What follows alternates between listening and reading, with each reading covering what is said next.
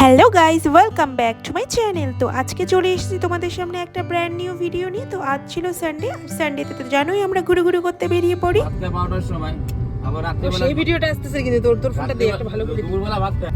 চু আমরা ঘুরে বেরিয়েছি না রাস্তার সাইডে কোথাও দাঁড়ানো যায় না একটু। হ্যাঁ, যে কভারটা কিনছি ওই দিন আমি ওই ঝুমার সোমার মতো। হ্যালো হাই হ্যালো অভিষেক, হ্যালো আরিশ, আজকে নির্ঘাত তোর বাড়িতে হ্যালো ঝুমা। তো আজ সকাল সকাল উঠেই বেরিয়ে পড়লাম একটা নতুন ডেস্টিনেশনে। নতুন ডেস্টিনেশন বলবো না, এখানে আমরা অনেকবার এসেছি, আর তোমরা রাস্তা দেখে হয়তো বুঝেই যাবে যে আমরা কোথায় যাচ্ছি। তো যেতে যেতে রাস্তার মাঝখানে একটু দাঁড়িয়ে পড়লাম, একটু ব্রেক টাইম নিতে, কারণ অভিষেক অনেকক্ষণ ড্রাইভ করেছে। তো ও বললো চলো একটু দাঁড়িয়ে ব্রেক নিয়ে নেওয়া যাক। তো সেখানে আমরা কিছু চিপস, একটু মোমো, অনেক কিছু অর্ডার করে দিলাম, আর কোল্ড ড্রিঙ্কস সব কিছু নিয়ে আমরা একটুখানি খাওয়া দাওয়াও করে নিলাম, কারণ সকাল সকাল বেরিয়েছি তো একটু খিদেও পেয়ে গিয়েছিল। আর সঙ্গে সোনা আছে, তো ওকে এসব দেয়নি, তো ওর জন্য যে বিস্কুট, কেক এসব এনেছিলাম ওগুলো কিচ্ছু খায়নি। ও আমাদের খাওয়ার দিকেই ওর বেশি নজর।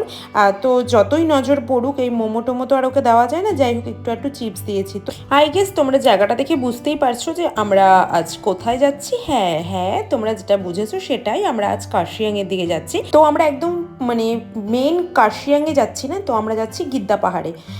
মানে গিদ্দা পাহাড় যে ভিউ পয়েন্টটা আছে, তো ওখানে যাচ্ছি। দেখো জাস্ট ওয়েদারটা জাস্ট ওয়াও ছিল, ওয়াও। তো আমরা চলে আসলাম নেতাজি মিউজিয়ামে। গিদ্দা পাহাড়ের কাছে যে নেতাজি মিউজিয়াম আছে ওখানটায়। তো এখানে নাকি নেতাজি এসে থাকতো।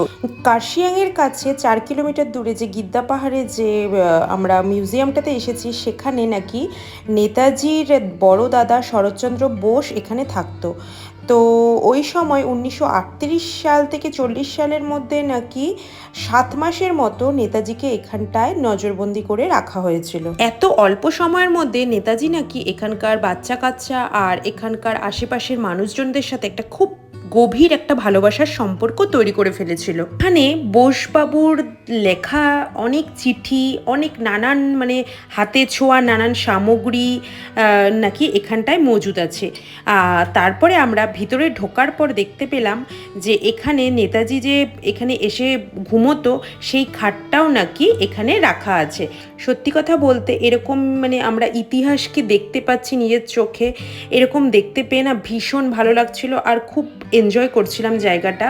আর ঘুরে সব জায়গার জিনিসগুলো দেখছিলাম।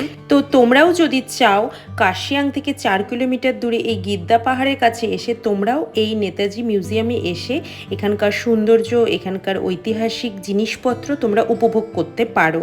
তো যাই হোক, আমরা সব কিছু দেখে টেকে এখন বেরিয়ে পড়লাম। আর সোনাকে দেখো, ও পুরো একাই মনে হচ্ছে যেন ও মানে চারিদিক ঘুরে বেড়াচ্ছে, এত ফাঁকা পেয়েছে ও, মানে ওর কাউকে লাগে না, ও ঘুরে বেড়াচ্ছে। তো রাজীব ওখানে সামনে ছিল, তো আমি আর এগোচ্ছিলাম না, বললাম তুই ধরে ওকে নিয়ে আয়। তারপর ঝুমুর সাথে অনেকক্ষণ হাঁটাহাঁটি করলো। ঝুমাও যেরকম বাচ্চা ভালোবাসে, আর ও সেরকম ঝুমাকে খুব ভালোবেসে ফেলেছিল। আর মানে ও আমার হাতের থেকে বেশি ঝুমার হাত ধরেই হাঁটতে বেশি খুশি হচ্ছিল। তো আমিও একটু রিলস ভিডিও, একটু ফটোশ্যুট সব কিছু করে নিলাম, কারণ ভিতরটা এতটাই সুন্দর লাগছিল যে যেখানেই করছি সব কিছু ভিডিও থেকে শুরু করে ফটো দারুণ আসছিল। সব থেকে বড় এখানকার ওয়েদারটা জাস্ট সত্যি বলতে ওয়াও। তো যাই হোক, আমরা এরকম দিনে এসেছিলাম যে আমরা মানে বেশ ভালো কুয়াশাও পেয়ে গিয়েছিলাম। আর আমরা সত্যি কথা বলতে শিলিগুড়িবাসীরা ভীষণ লাকি, মানে আমরা যখন চাই তখনই আমরা গরম ছেড়ে ঠান্ডা জায়গা উপভোগ করতে চলে আসতে পারি, আর খুব একটা বেশি সময়ও লাগে না। মিউজিয়াম থেকে বেরিয়ে আমরা চলে গেলাম পাশেরই আরেকটা ভিউ উপভোগ করতে। তো আমরা এই গিদ্দা পাহাড়ে যে উপরে যে সার্কেলটা আছে, মানে এই গোলটার মধ্যে আমরা উঠতে চাচ্ছিলাম, কিন্তু তখন 5টা বেজে গিয়েছিল, তো বন্ধ করে দিয়েছিল গেট।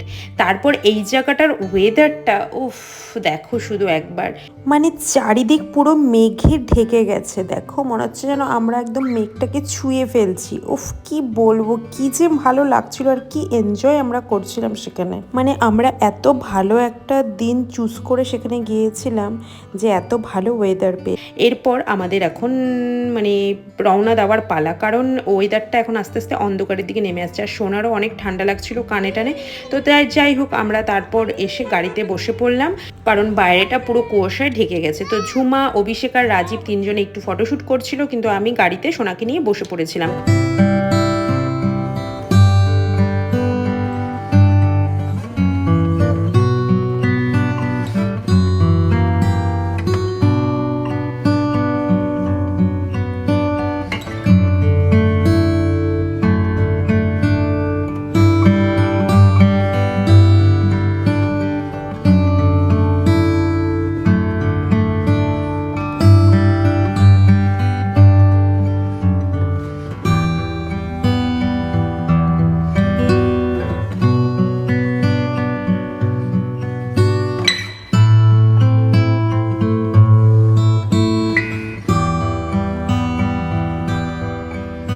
আস্তে আস্তে পুরো সন্ধ্যা নেমে আসছে আর সোনা গাড়িতে উঠতেই ঘুমিয়ে পড়েছে, কারণ ও দুপুরবেলা ঘুমোতে পারেনি আর ওর খুব ক্লান্তও হয়ে গিয়েছিল। বাচ্চা মানুষ এতক্ষণ যে ও আমাদের সাথে সার্ভিস দিল এটাই অনেক। তো যাই হোক, রাতও নেমে আসলো, আমরা মোটামুটি শিলিগুড়ি পৌঁছেও গেলাম। তো আমরা ঠিক করেছিলাম যে আজকে আর বাইরে কিছু ওখানে খাবো না, কারণ ওই রাস্তায় সেরকম ভালো রেস্টুরেন্ট পেলাম না। তো আমরা এসে শিলিগুড়িতে এসেই একটা রেস্টুরেন্টে ঢুকে গেলাম। ওখানে এসে আমরা খাওয়ার অর্ডার করে দিয়ে আমরা যে যার পছন্দ খাবার অর্ডার করে তারপর আমরা খাওয়া দাওয়া ওখানে সেরে ফেললাম। তো আমার ভিডিওটি তোমাদের কেমন লেগেছে অবশ্যই আমাকে কমেন্টে জানাবে, আর যদি ভালো লেগে থাকে তাহলে আমার চ্যানেলটি সাবস্ক্রাইব করতে ভুলো না, আর আমার ভিডিওতে একটা লাইক আর সব বন্ধুবান্ধবের সাথে একটু প্লিজ শেয়ার করে দিও। তো সবাই খুব ভালো থেকো, সুস্থ থেকো আর সাবধানে থেকো। টাটা, দেখা হচ্ছে তোমাদের সাথে নেক্সট ব্লগে।